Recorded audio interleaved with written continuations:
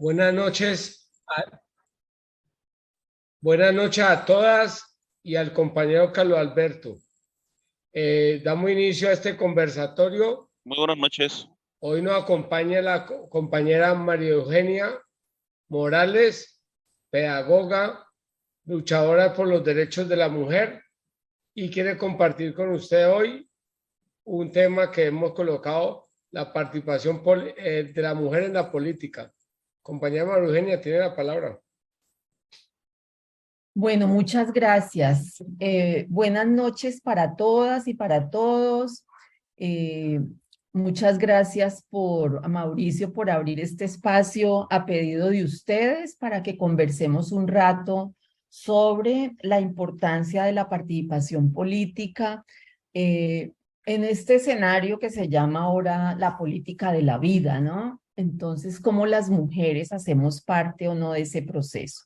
Voy a mostrarles unos elementos que preparé mm, y que sobre esa base luego podamos como ir conversando. Allí están viendo mi pantalla, ¿verdad? Sí, María Eugenia, se está viendo la pantalla. Listo. Bueno, entonces yo le he llamado las mujeres, los derechos y la política de la vida. Como para que podamos abordar, voy a plantearles como varios temas para que luego ustedes al final si tienen preguntas u observaciones o comentarios, pues que los podamos hacer. Yo voy a tratar de no demorarme tanto, pero pues preparé como mucho tema, entonces no sé, ustedes me dirán si en algún momento suspendemos y continuamos. Pero quisiera partir como de que contextualicemos cuando hablamos de las mujeres, de los derechos y la política, pues tenemos que venirnos a hacer la reflexión de qué entendemos nosotras por el enfoque de género, porque ese es como el punto de partida, ¿cierto? Y desde el enfoque de género, nosotros decimos que la cultura y la sociedad, a partir de las diferencias biológicas que tenemos entre hombres y mujeres, entonces la sociedad y la cultura definen qué debemos o no hacer, cómo nos debemos comportar o sentir los hombres y las mujeres. Y entonces recibimos mandatos del qué hacer. Entonces el mandato histórico para las mujeres ha sido: usted se casa, tiene hijos, obedece al marido, calladita se ve más bonita y los trapitos sucios se lavan en la casa. Por eso las mujeres no hablan de lo que les pasa con la violencia en las familias. Entonces ese es un mandato que nos está diciendo cómo debemos actuar las mujeres. Y el mandato para los hombres es: usted se prepara para ser el proveedor, y en su calidad de proveedor, entonces es el dueño de las mujeres, de los bienes y es propietario de los hijos. Entonces ahí le siembran a los hombres ese criterio y ese mandato de propiedad sobre la vida de las mujeres. Y entonces, a partir de esos mandatos, se definen unas reglas de juego, unas normas de comportamiento y por lo tanto se definen los valores. Y eso determina las formas como nos relacionamos los hombres y las mujeres, que históricamente ha sido privilegiando a unos y oprimiendo o vulnerando a las otras, y es lo que históricamente ha generado una desigualdad de oportunidades y discriminación en la vida de las mujeres. Entonces, ese mandato es el que desde esa diferencia biológica define cuáles son los roles y las características que tenemos para desenvolvernos en cada acción. Pero esta caracterización es la que ha naturalizado históricamente el quehacer de mujeres y hombres y ha sentado las bases para que eso no se cuestione, porque así es como se mandató y por lo tanto así se debe mantener. Y entonces empezamos a encontrar esa valoración diferencial y excluyente del quehacer de hombres y mujeres en la sociedad, ¿cierto? Que es la que determinó qué podían hacer los hombres y qué podían hacer las mujeres. Pero entonces es importante comprender en qué se sustentan esas relaciones que históricamente se han construido de poder.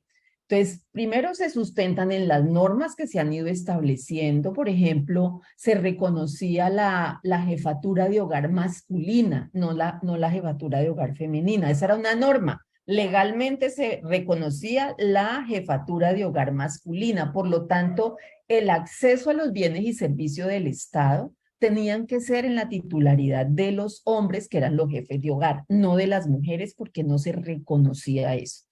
Por lo tanto, eso significaba también unas prácticas, definió unos símbolos y valores elaborados como modelos socialmente aceptados. Entonces, las mujeres obedecen, los hombres mandan, las mujeres son de la casa, los hombres son de lo público, y eso entonces configuró una manera de relacionarnos de hombres y mujeres que fortaleció el poder del patriarcado, fortaleció la cultura machista, y universalizó que así era la sociedad y así la debíamos mantener. Bueno, pero nos hemos ido dando cuenta, ¿cierto?, que eso no es universal y que cambia de una cultura a otra y que por lo tanto en algunos lugares lo femenino y lo masculino se pueden entender de formas diferentes, pero que además ese sistema de género es construido socialmente, es dinámico y cambiante y precisamente por eso se puede modificar, que es lo que hemos ido transitando históricamente en nuestro país.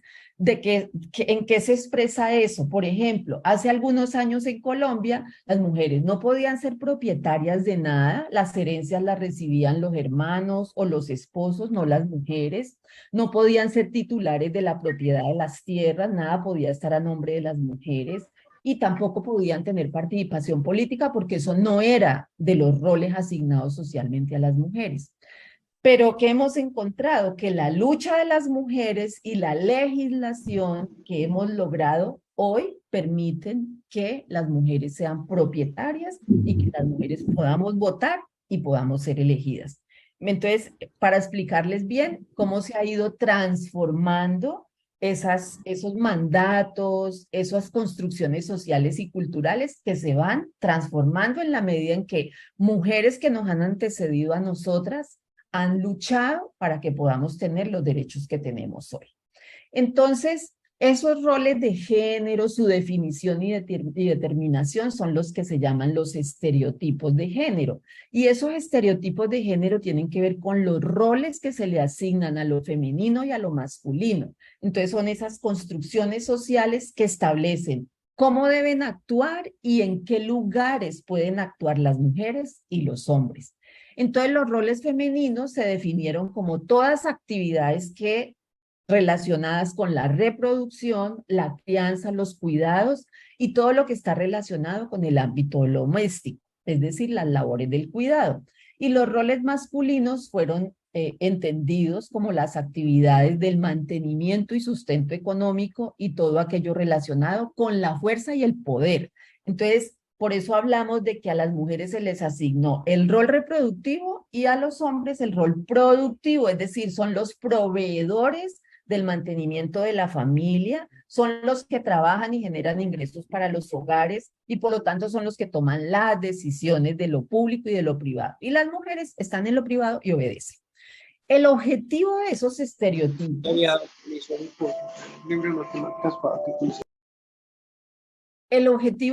estereotipos es preservar el modelo de un modo de vida que promueve la sumisión y beneficia a quienes tienen el poder y determinan entonces la calidad de las relaciones que se establecen entre las personas, que por lo general e históricamente en Colombia han sido relaciones desiguales.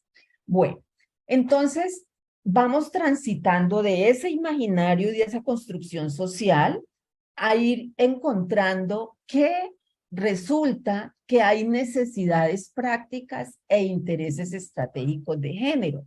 Entonces fuimos encontrando que los roles y responsabilidades asignados a esa función del sexo y el acceso diferenciado a los recursos, al control y a los beneficios del desarrollo hacen que mujeres y hombres tengan necesidades e intereses diferentes. Entonces, por ejemplo, las necesidades prácticas de las que estamos hablando tienen que ver con las necesidades que tienen las mujeres para cumplir las tareas y responsabilidades que les son asignadas. Entonces, por ejemplo, se requieren aquellas demandas básicas como tener calidad de vida a través de una calidad de vivienda, de servicios, de alimentación, de educación. Entonces, las mujeres necesitan que se resuelvan esas necesidades prácticas. Por ejemplo, si no hay acueducto, para las mujeres el trabajo se duplica porque tienen que ir a traer agua desde muy lejos, entonces eso incrementa su trabajo. Su necesidad práctica allí, ¿cuál es? Que se resuelva el tema del acueducto. Entonces las mujeres trabajan porque haya un acueducto en las veredas, en los barrios, etcétera, porque eso aliviana la carga del cuidado que tienen las mujeres. Entonces esa satisfacción de necesidades no significa necesariamente cuestionar la división sexual del trabajo o el papel subordinado de las mujeres, sino que se resuelvan esas necesidades prácticas de que haya transporte, de que haya acueducto, de tener una vivienda en mejor calidad, todo eso que son las necesidades básicas y necesidades prácticas que se necesitan resolver. Y aparecieron entonces los intereses estratégicos de género, que ahora sí tienen que ver con la superación de esos aspectos que se constituyen en barreras para el acceso efectivo de las mujeres a la garantía de sus derechos. Empezamos a darnos cuenta que no era tan fácil, ni era en equidad ni en igualdad de acceso para mujeres y para hombres la garantía de sus derechos. Entonces, los intereses estratégicos de género tienen que ver con cómo logramos superar barreras para el acceso a la garantía de los derechos, en este caso de las mujeres, que somos las que estamos en desventaja. Entonces, espero que hasta allí hayan quedado claras las necesidades prácticas y los intereses estratégicos. Quisiera plantearles esto, porque es muy importante. Apareció el tema del feminismo, ¿cierto? Y entonces yo le escucho a muchas mujeres que dicen, no, yo no soy feminista, yo primero libérenme de que yo no soy feminista. Entonces uno dice, bueno, ¿y por qué las mismas mujeres dicen que no son feministas? Y los hombres, por supuesto, detestan el feminismo, la mayoría. ¿Por qué? ¿Por qué pasa esto? Primero porque está injustamente asociado el tema del feminismo al odio a los hombres, a las mujeres bravas, a que hay falta de sentido del humor y a la ausencia, imagínense que a la ausencia de desodorante, explica una de las escritoras nigerianas que escribió sobre esto, que dice, todos deberíamos ser feministas. Y entonces ella dice, ¿por qué la gente le teme a esa palabra? Porque la asociaron al odio con los hombres, al mal genio, a la falta de sentido del humor y a la ausencia de desodorante. Yo agregaría que en Colombia, por ejemplo, el feminismo se asocia, siempre los hombres le dicen a uno, no, es que las feministas, primero son feas, segundo son lesbianas y tercero son muy bravas. Entonces miren el imaginario que se construye de lo que es el feminismo y por eso lo quisiera aclarar. El punto de partida desde el feminismo, y lo plantea Alda Facio, que es una escritora de feminista, que es en su libro Feminismo, Género y Patriarcado, ella explica por qué cuesta tanto identificarse como un movimiento que promueve la igualdad, que está orientado a acabar con la subordinación de las mujeres y que le apuesta a sociedades libres de discriminación. Entonces ella se responde diciendo, primero porque el feminismo cuestiona las estructuras de poder y aquellas que han mantenido a los hombres como eje central de la experiencia humana, es decir, todos los privilegios sociales construidos culturalmente están en los hombres y no en las mujeres. Y por lo tanto el feminismo pone sobre la mesa ese dominio masculino sobre las mujeres, la familia y la sociedad en general. Y la mayoría de las corrientes feministas, porque pues no...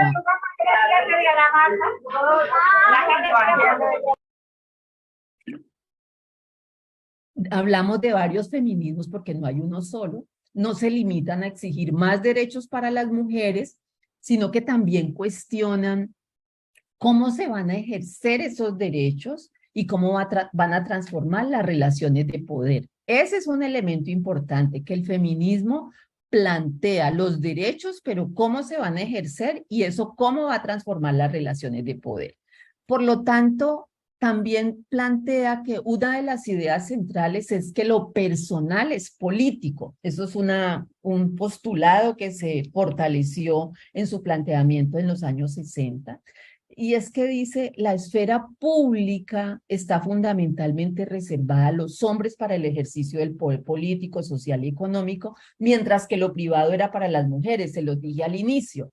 Y ellos a su vez transitan y gobiernan en ambos espacios, porque al final los hombres han gobernado en lo público y en lo privado. Por lo tanto, lo que se dice desde el feminismo es que lo personal es político y se refiere a que las discriminaciones y las violencias que sufren las mujeres no son un problema individual que concierne a la vida privada de cada una. Lo que sucede en la intimidad forma parte de un problema social y político que requiere soluciones a ese nivel. Por eso, miren, cuando se aprobó en Colombia la ley 1257 del 2008 de prevención, atención, sanción y erradicación de todas las formas de violencias contra las mujeres, un postulado muy importante de esa ley es que la violencia es un asunto de la salud pública. Pero nosotros venimos, el antecedente normativo de la 1257 es la ley de los ojos morados. Y esa ley solo reconocía que había violencia física y que la violencia era privada. Entonces, fíjense que ahí funcionaba muy bien el mandato. Los trapos sucios se lavan en la casa. Entonces, las mujeres que eran víctimas de violencias, eso era un asunto que se dejaba guardado en la casa porque eso no tenía que ver con lo público. Y cuando empieza el feminismo a acuñar que lo personal es político, es decir, la violencia contra las mujeres, pues un asunto público que se debe tratar socialmente, no solamente es un asunto de una mujer, sino de la sociedad en su conjunto. Entonces, por eso es importante. Y entonces, cuando hablamos de feminismo, ¿qué es eso del feminismo? Entonces, una de las corrientes es que el feminismo apunta a la democratización de los espacios políticos, sociales e institucionales, denunciando el contexto cultural actual, donde se naturaliza la diferencia sexual, como también al sistema patriarcal, en tanto eje estructurante de las divisiones sexuales y sociales. Es decir, que así como todo estaba, entonces está muy bien el patriarcado, la subvaloración de las mujeres. Entonces, ¿por qué luchamos las feministas?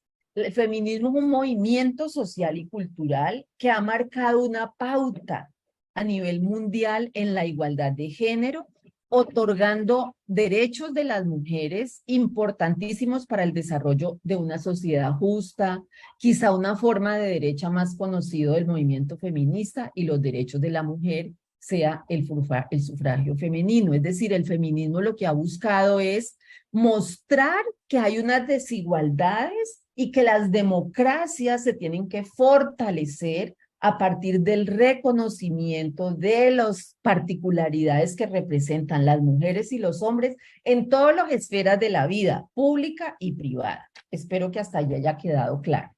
¿Cuál ha sido en Colombia como uno de los logros más importantes y digamos que nosotros decimos el éxito de las propuestas feministas? El momento más notable de su éxito ha sido la Constitución del 91, porque a partir de la nueva Constitución y de la figura de la tutela, la Corte Constitucional ha podido pronunciarse para defender los derechos de las mujeres. En concreto, miren, la Constitución del 91, primero, el artículo 13 habla del derecho general a la igualdad y la no discriminación por sexo. Por primera vez se plantea eso en Colombia en el año 91. En el artículo 40 habla de la participación de las mujeres en la administración pública. En el artículo 42 habla de la igualdad en la familia, el derecho a la planificación familiar, el derecho al divorcio, condena la violencia en la familia, habla de la igualdad entre la unión libre y el matrimonio y la protección de la mujer embarazada. Fíjense que además hay un elemento aquí que es muy importante y es que en la Constitución del 91 quedó consagrada la separación de la Iglesia y el Estado, porque nosotros venimos del Estado que éramos el país del Sagrado Corazón de Jesús, en donde lo que tenía validez era lo católico. Por lo tanto, lo que tenía validez en las relaciones familiares eran los matrimonios por lo católico. Es decir, sea, había que casarse por la iglesia para poder tener derechos. Ahora tenemos todas las posibilidades, tienen iguales derechos los matrimonios católicos, los matrimonios por lo civil, las uniones maritales de hecho, incluso las relaciones toalla y yo acá. Entonces, por eso es importante porque hay apertura en la conformación de los núcleos familiares. Y también la Constitución habla de una protección especial a las mujeres cabeza de hogar. Entonces, la Constitución del 91 es muy importante para la garantía de derechos de las mujeres, primero porque retoma los avances que ya teníamos, como el reconocimiento del derecho al sufragio, acceder a la educación superior, a la libre administración de los bienes otorgados a la mujer casada, a la abolición de la potestad marital. Acuérdense que antes la potestad era de los hombres, no de las mujeres. La progresión de reglas posteriores más equitativas entre los sexos dentro del régimen marital y familiar, e incorporó derechos estratégicos para las mujeres como la participación ciudadana, la libertad, la igualdad frente a los hombres, el derecho a conformar una familia, se reconoce la titularidad de las mujeres cabeza de familia. Y el derecho de las mujeres, la protección durante el embarazo y el derecho a ejercer una profesión. Voy a decirles rápidamente unas leyes que para mí son fundamentales del marco normativo en Colombia. La ley 581 del año 2000, que es la ley de cuotas, que obliga a que mínimo el 30% de los cargos de primera línea en las instituciones públicas de todos los niveles en el país sean ocupados por mujeres. Entonces, las secretarias de despacho, las ministras, bueno, ahora tenemos hasta vicepresidentas, entonces eso ya es importante. Y ahora más del 30% estamos hablando de la paridad, es decir, 50% hombres, 50% mujeres, y ya empieza a transitarse en esto de la paridad. Por ejemplo, el gobierno nacional actual se propuso que el 50% de ministerios sean ocupados por mujeres y el 50% por hombres. Esperemos que así se cumpla. Y asimismo debe pasar en las gobernaciones y en las alcaldías. La ley 731 del 2002 de las mujeres rurales. Miren, esta ley está vigente, es muy importante, pero nunca se ha reglamentado para que funcione. De hecho, una de las ponentes de esta ley fue la actual ministra de Agricultura, la doctora Cecilia López. Y parte de la ley 731 fue incorporada en el acuerdo número 1 del fin del conflicto con las FARC. ¿Y por qué es importante? Porque en esta ley está el acceso de las mujeres rurales al crédito, a la asistencia técnica, a la propiedad de la tierra, a líneas de comercialización. Entonces, por eso esta ley sigue vigente y es muy importante. Un elemento que también ahorita se ha reforzado, que es la sentencia C355 del 2006, que es la despenalización del aborto en Colombia, el reconocimiento de que las mujeres tienen el derecho a decidir el número de hijos que tienen. Por supuesto, lo tiene solamente en 3 condiciones: cuando son embarazos producto de una violación, cuando está en riesgo de muerte la vida de la mujer, o afecta su proyecto de vida, y cuando hay una malformación en el feto. Entonces, ahora se amplió el periodo, antes eran como 18 semanas, ahora se amplió a 24 semanas. Entonces, digamos que han habido avances, pero esta sentencia fundamentalmente tiene que ver con el derecho a la libre decisión de las mujeres, del número de hijos que quieran tener, y además cuando los quieran tener. Entonces, esto también es el respeto a la libre decisión de las mujeres. Tenemos la ley 1257 de la que ya les hablé, que reconoce 4 tipos de violencias. Primero, reconoce que la violencia es un asunto de la salud pública. Segundo, reconoce 4 tipos de violencia: violencia física, violencia sexual, violencia económica o patrimonial y la violencia psicológica. Y además define que debe haber una ruta de atención establecida en todo el país y le da competencia. Esta ley implica competencias para 4 ministerios: Ministerio de Trabajo, Ministerio de Educación, Ministerio de Salud y Protección Social y el Ministerio de Justicia, por supuesto. Y ahora funciona, ya vamos en el mecanismo articulador. En todos los municipios y departamentos del país debe funcionar el mecanismo articulador, que es la articulación de todas las entidades de los gobiernos que tienen que ver y tienen competencia en la prevención y erradicación de las violencias contra las mujeres. Tenemos la ley 1413 del 2010, la ley de economía del cuidado. Esta ley es muy importante y poco conocida por las mujeres. También la ponente de esta ley fue la doctora Cecilia López, actual ministra de Agricultura. Esta ley lo que hace es reconocer el trabajo del cuidado y decir, el trabajo del cuidado mayoritariamente en Colombia lo hacen las mujeres y es un trabajo que cuesta y que no se le reconoce ni se le paga a las mujeres. Entonces, esta ley es la que incluye la encuesta de uso del tiempo que se debe realizar en todo el país, en donde le preguntan a hombres y mujeres cuánto tiempo dedican a las labores del cuidado. ¿Qué reconoce la ley como labores del cuidado? Barrer, trapear, cocinar, planchar, lavar, cuidar muchachitos enfermos, adultos mayores, personas con discapacidad.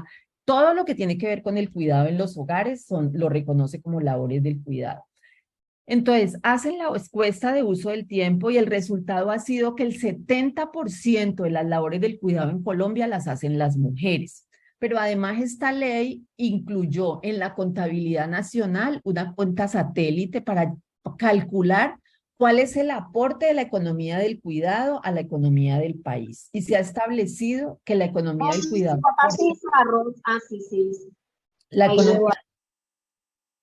la economía del cuidado aporta el 20% de la economía del país. Entonces, esto va a ser muy importante porque es reconocer ese trabajo del cuidado a nivel nacional. De hecho, se está trabajando en una ley para establecer el Sistema Nacional del Cuidado, que luego lo podemos profundizar, tiene que ver con mecanismos institucionales que faciliten las labores del cuidado que mayoritariamente realizan las mujeres en Colombia. La ley 1448 del 2011 de víctimas del conflicto, que reconoce que en Colombia hay un conflicto armado, que ese conflicto deja unas víctimas, que se crea el registro único de víctimas, que hoy tiene alrededor de 9 millones de personas incluidas en ese registro, reconoce 12 hechos victimizantes, además del desplazamiento, los otros hechos victimizantes, y además define las medidas de reparación administrativa a las víctimas del conflicto. La ley 1475 del 2011, que es la ley que obliga a la inclusión del 30% de mujeres en todas las listas de elección popular. Esto también hay que revisarlo a la luz de la reforma política que se aprobó este año, porque en la reforma política lo que se aprobó son listas cerradas y listas en cremallera. ¿Eso qué significa? Que en las listas va hombre, mujer o mujer, hombre, lo cual garantiza que efectivamente sí salgan elegidas las mujeres. Porque con esta ley 1475 de inclusión del 30%, incluían a las mujeres por allá en la cola y nadie votaba por ellas. Entonces no se las incluían en las listas, pero nadie votaba por ellas. Entonces, por eso, ahorita con la reforma política, son listas, se vota por las listas y en cremallera para garantizar que salgan las mujeres. De hecho, en este Congreso de la República actual, por eso hay un número importante de mujeres, porque, por ejemplo, la lista del pacto histórico fue lista cremallera y cerrada, en donde se votaba por la lista y salían en el orden hasta que alcanzaran el nivel que se requería de los votos. Entonces hay que revisar eso porque es bien importante. Y tenemos la ley 1761 del 2015, que es la ley que reconoce el feminicidio como un delito autónomo. ¿Y por qué es importante esta ley? Porque nos ha permitido superar el titular de prensa, la mató por amor, delito pasional. No, por amor no lo matan a uno, lo matan porque somos mujeres que toman decisiones y los hombres no quieren, entonces las matan para que no dejen a los maltratadores o las matan porque se consiguieron un nuevo novio y ya no son ellos los exclusivos. Entonces el legado de los hombres es mía o de nadie y si no es mía, entonces mejor la mato. Entonces ya no es el titular de prensa de la mató por amor, no, ahora es un feminicidio y por eso es importante esta ley. Bueno, así un rápido repaso, hay otras leyes, pero digamos que estas son unas que son relevantes. Voy a hablarles entonces ahora de lo que significan, a partir de todos estos elementos que hemos planteado, entonces identificamos que hay unas brechas de género, que tenemos igualdad de derechos, pero que hay unas brechas que se han constituido históricamente. ¿Qué significan brechas de género? esa disparidad que existe entre la condición o posición entre los hombres y las mujeres en la sociedad. Es decir, las brechas son las que nos permiten identificar en dónde están las distancias para el acceso a la participación, a la asignación, uso, control y calidad de los recursos, de los servicios, de las oportunidades y beneficios del desarrollo en todos los ámbitos de vida para las mujeres. Y esas brechas son construidas sobre las diferencias biológicas y por supuesto son el resultado de todo lo que históricamente se han constituido en actitudes y prácticas discriminatorias, tanto individuales como sociales e institucionales, que han obstaculizado el disfrute y ejercicio equitativo de los derechos ciudadanos por parte de las mujeres y los hombres. ¿Qué implica esto en términos de género? Implica que nosotros estamos hablando de la equidad como un principio ético normativo asociado a la idea de la justicia, es decir, que si todas las personas, hombres y mujeres, tenemos igualdad de derechos, deberíamos tener igualdad entonces de oportunidades y por lo tanto se han diseñado instrumentos nacionales que garanticen y protejan estos derechos. Entonces, ese término de género implica el derecho a la no discriminación, trae obligaciones legales para los estados e implica un trato idéntico, aunque seamos diferentes, entre hombres y mujeres para poderlo garantizar. Es decir, que se puedan identificar esas brechas que existen para poder abordarlas. Miren, ¿qué significa un ejemplo de brecha en la participación política? Estos son los resultados de las elecciones en el periodo anterior, alcaldías y gobernaciones. Estas son del Congreso anterior. Miren, por ejemplo, es que no tengo todavía el listado del Congreso actual, pero en el Senado anterior, de 107 senadores, fueron elegidas 25 mujeres, o sea, el 23% y 82 hombres. En la Cámara se eligen 170 representantes y fueron elegidas 31 mujeres y 139 hombres. Miren la brecha tan grande. Es decir, no llegamos ni al 20% en la Cámara. En las alcaldías se eligieron 1.101 alcaldías, se eligieron 134 mujeres. Es decir, el 12%, 965 hombres. Esas son las alcaldías actuales. Y en las gobernaciones, de 32 gobernaciones, fueron elegidas 2 mujeres, es decir, el 6.25. Entonces, miren ahí cómo uno puede establecer la brecha tan profunda que hay. Mientras las mujeres representan el 6% en las gobernaciones, los hombres representan entonces el 94%. ¿Sí? Entonces, ahí hay una desproporción y una brecha profunda, así como en las alcaldías. Entonces, cuando hablamos del enfoque o perspectiva de género frente a todo esto que les he dicho, de lo que estamos hablando es que esto es una manera particular de ver e interpretar una realidad y que, por supuesto, encierra una intencionalidad, una postura política, una idea del desarrollo y, por supuesto, hay unas herramientas técnicas dirigidas a que se puedan reconocer esas particularidades de hombres y mujeres para que se pueda brindar especial atención a la discriminación histórica que han vivido las mujeres, razón por la cual sus derechos se han realizado de manera limitada. Digamos que el enfoque de género, que incluye el tema del género, el feminismo, todo eso se concluye en que hay una postura política para que nos pongamos unos lentes, acuérdense de las gafas, nos ponemos unos lentes que nos permiten mirar de manera más profunda en la sociedad qué es lo que pasa con la realidad de las mujeres y los hombres y en dónde están esas brechas en lo económico, en lo social, en lo político, en lo cultural e incluso en la construcción de la paz, cuáles son esas brechas profundas que existen entre hombres y mujeres para poder saber cómo las vamos a abordar. Y abordar es cómo construimos el reconocimiento primero de las mujeres como sujetas de derechos. Es decir, que las mujeres nos reconozcamos como mujeres sujetas de derechos.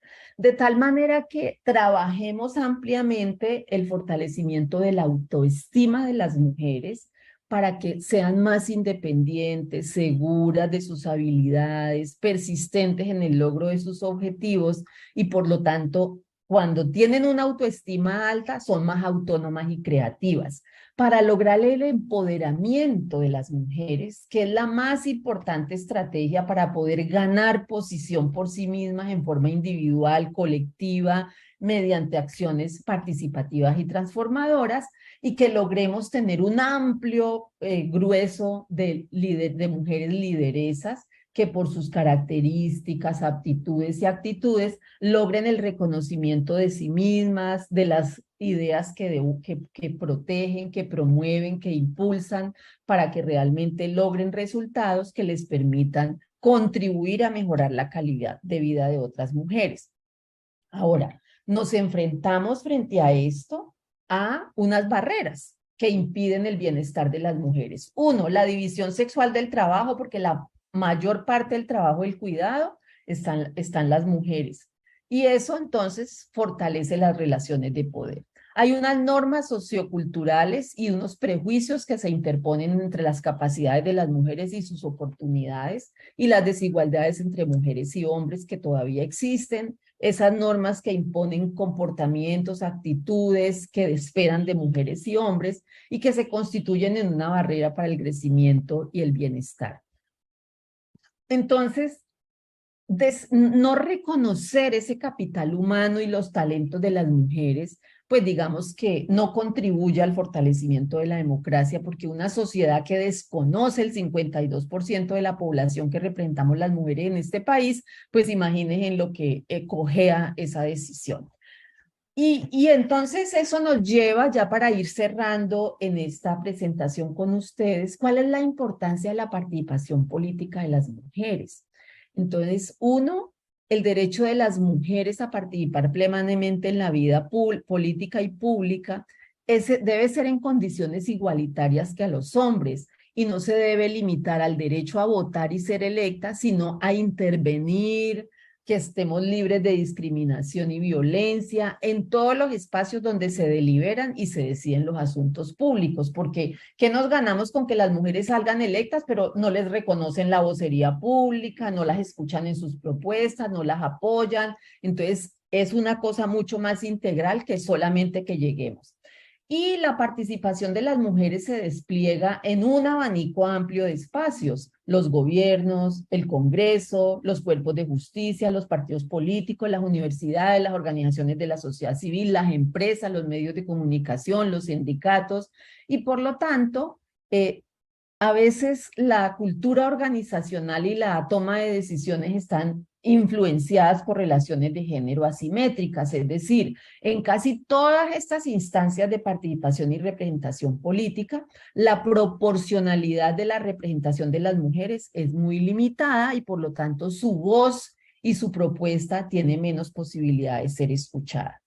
Entonces, ¿desde dónde ese abordaje de la participación política se debe hacer? Pues hay diversos estudios que indican que la presencia femenina en cargos de elección popular aumenta la probabilidad de que los intereses de las mujeres estén debidamente representados, porque las mujeres tienen perspectivas distintas a los hombres sobre el diseño de las políticas públicas, sobre la asignación de los recursos y las prioridades legislativas, porque pueden aportar visiones frescas sobre las soluciones y las medidas de política institucional que las sociedades pueden tomar para atender los problemas que las aquejan y probar otras alternativas, porque es desde la propia experiencia de barreras que viven las mujeres que pueden tener alternativas de propuesta.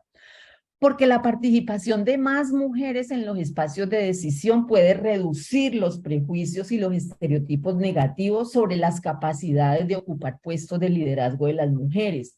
Es que las mujeres allá van a reproducir los esquemas de los hombres. Sí, puede pasar, pero entre más mujeres hayan, hay menos riesgo. Y la exposición de mujeres en el poder incide en las aspiraciones de niñas y adolescentes que pueden asumir a las líderes y tomadoras de decisiones de sus países y comunidades como modelos a seguir. Por ejemplo, en Colombia se está transformando el imaginario cultural de las mujeres. Las niñas antes solamente aspiraban a ser enfermeras, maestras, azafatas, ¿sí? trabajadoras sociales. Ahora las niñas aspiran a ser gerentes, presidentes de este país, vicepresidentas, ministras, sí, o sea, ya están cambiando esos imaginarios porque tienen modelos de referencia a seguir. Y ya no estamos en el 30%, ya vamos hacia la paridad.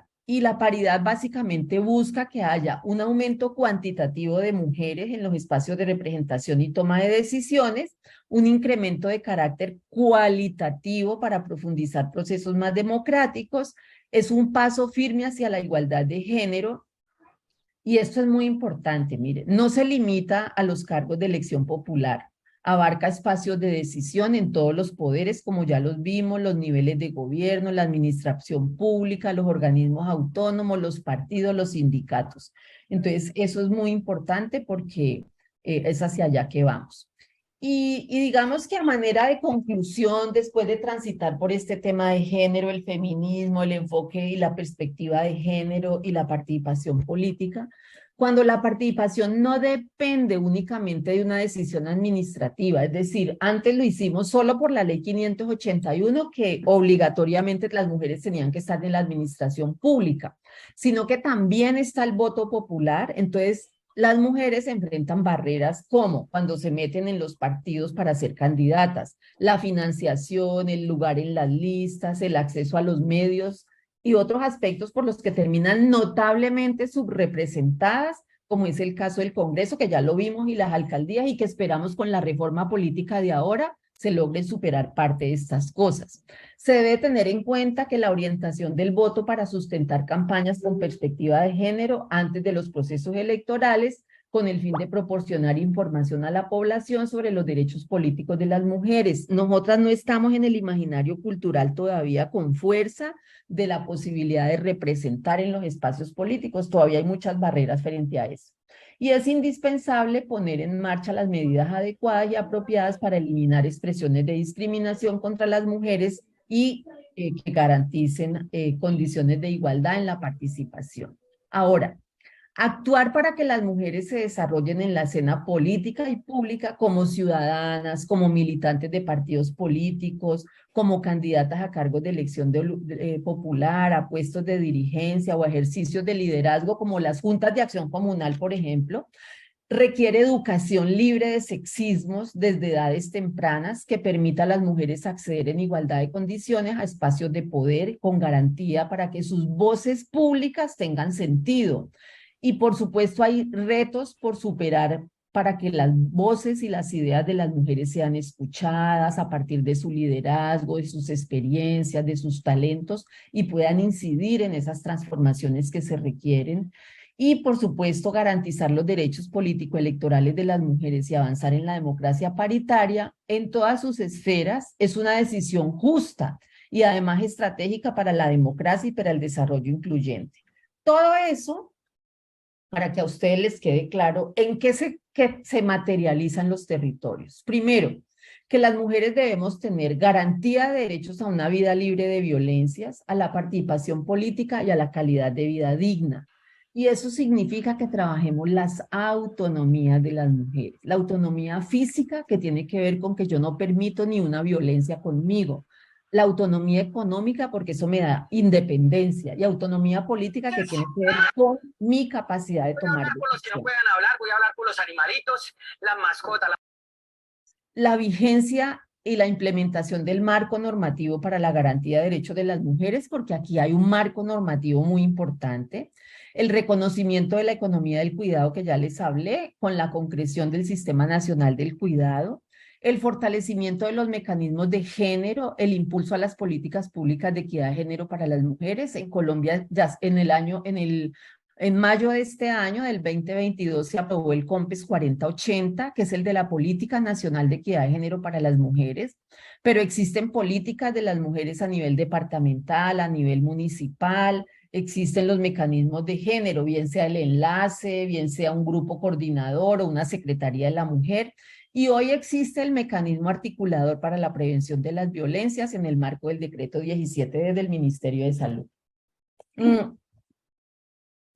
Entonces, trabajar en esta perspectiva desde las mujeres tiene que ver con, desde donde ustedes están, en la organización social de las mujeres, cómo fortalecemos el reconocimiento de los derechos de las mujeres allí, nuestras autonomías para hacer una incidencia política en el territorio. En las organizaciones sociales mixtas, para que la voz de las mujeres tenga sentido y las mujeres hagan parte de las instancias de toma de decisiones de las organizaciones. En los movimientos y organizaciones políticas, para que las mujeres puedan participar en la política electoral en condiciones equitativas que los hombres, con el respeto de sus propuestas, con el reconocimiento de su vocería pública y trabajar con la institucionalidad pública para la garantía de los derechos de las mujeres. Bueno, hasta allí dejaría yo hoy para que ustedes ya puedan preguntar si tienen algunas preguntas, comentarios.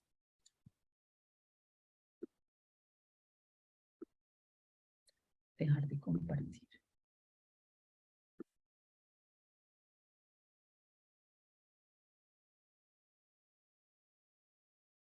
Bueno. Les solicito a todas encender la cámara, por favor, y a todos. Vamos a hacer dos preguntas y antes de hacer la pregunta, quiero invitarlas que con el mismo enlace en 10 minutos nos vamos a reunir con la ministra de Cultura del Gobierno del Cambio. Quedan todas y todos invitados. Juliana, tiene la palabra, haga la pregunta. Sí, por supuesto. No, la última vez que tenemos pues... Nosotros, al escuchar la ponencia que hizo la doctora María Eugenia, me identifico en gran parte con todas las cosas que ella ha dicho, por cuanto nosotros acá hemos sido víctimas, las compañeras, de la violencia política. Es el caso, por ejemplo, que las relaciones estadísticas que ella nos presentó son las mismas que nosotros tenemos acá en el departamento. Por ejemplo, en Quibdó de 16, como que son los concejales, hay una sola mujer. Lo mismo, hay una sola mujer en la asamblea. Y las mujeres que se atreven a aspirar son víctimas de violencia psicológica. Entonces, ¿qué haremos nosotros o qué podemos hacer nosotros aquí para garantizar en un medio en donde la mujer no se atreve a aspirar, tiene miedo hasta hablar, podamos organizar esa lista paritaria? A lo contrario, no vamos a tener listas. ¿Qué podemos hacer? ¿Por qué no recogemos varias preguntas? Si hay otras preguntas para que... Ahorita te doy algunas ideas. Listo. ¿Quién más quiere preguntarle algo a la compañera María Eugenia?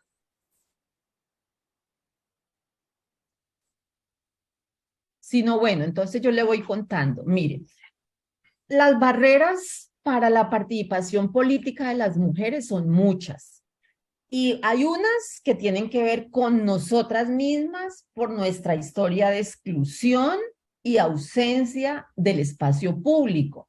Porque el chip que nos instalaron es ustedes son de lo privado, no de lo público. Entonces tenemos unas limitaciones nosotras mismas. Por eso tenemos que fortalecer nuestra formación política para poder comprender cómo funcionan esos espacios, cómo, miren, una deficiencia grande que tenemos, las mujeres no sabemos hacer campaña política.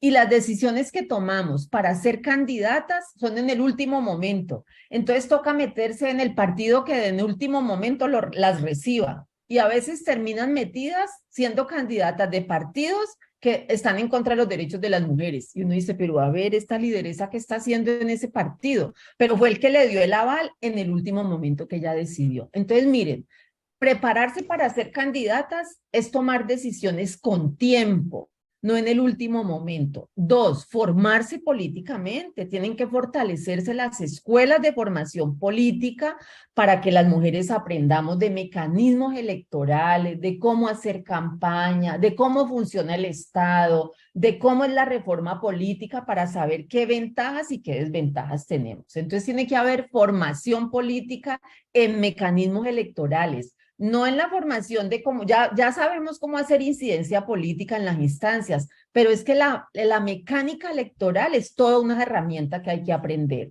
Entonces, eso hay que hacer. Y lo otro es que tiene que haber decisión colectiva de las mujeres. No es que a mí se me ocurrió ser la candidata, pues porque soy yo, porque me las creo. No, tiene que haber una decisión de un colectivo de mujeres que estén dispuestas a apoyar a las mujeres a hacer su campaña y a prepararse para ese tránsito por allí.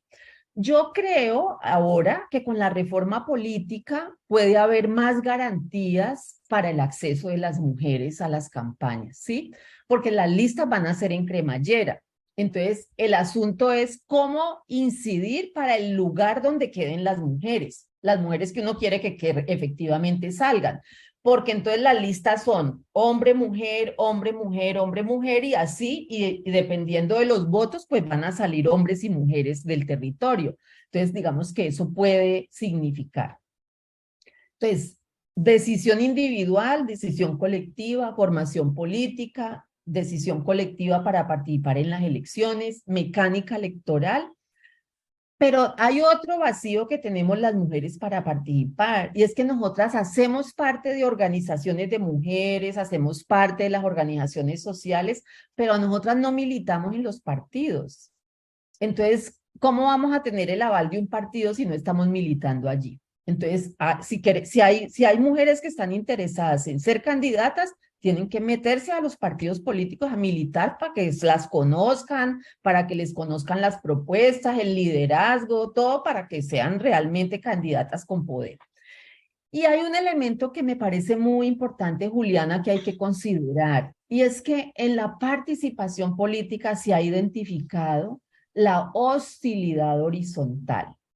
Y la hostilidad horizontal tiene que ver con la resistencia que muchas mujeres tienen con las candidaturas de las mujeres.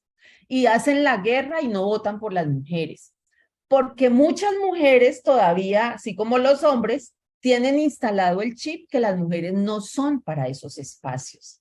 ¿Qué van a hacer las mujeres en un espacio como ese? ¿Sí? Todavía lo preguntan. Entonces se resisten a votar por las mismas mujeres. Por lo tanto, hay que ganarse el nicho electoral de las mujeres para que voten y crean por las mujeres. Quiero, como ya no, nos quedan 3 minutos, compañera María Eugenia, quiero avisarle a las que están en el conversatorio que yo me pongo de acuerdo con la compañera Juliana para un próximo conversatorio, porque la Escuela Germán Roja Niño quiere ayudar a hacer este tipo de pedagogía.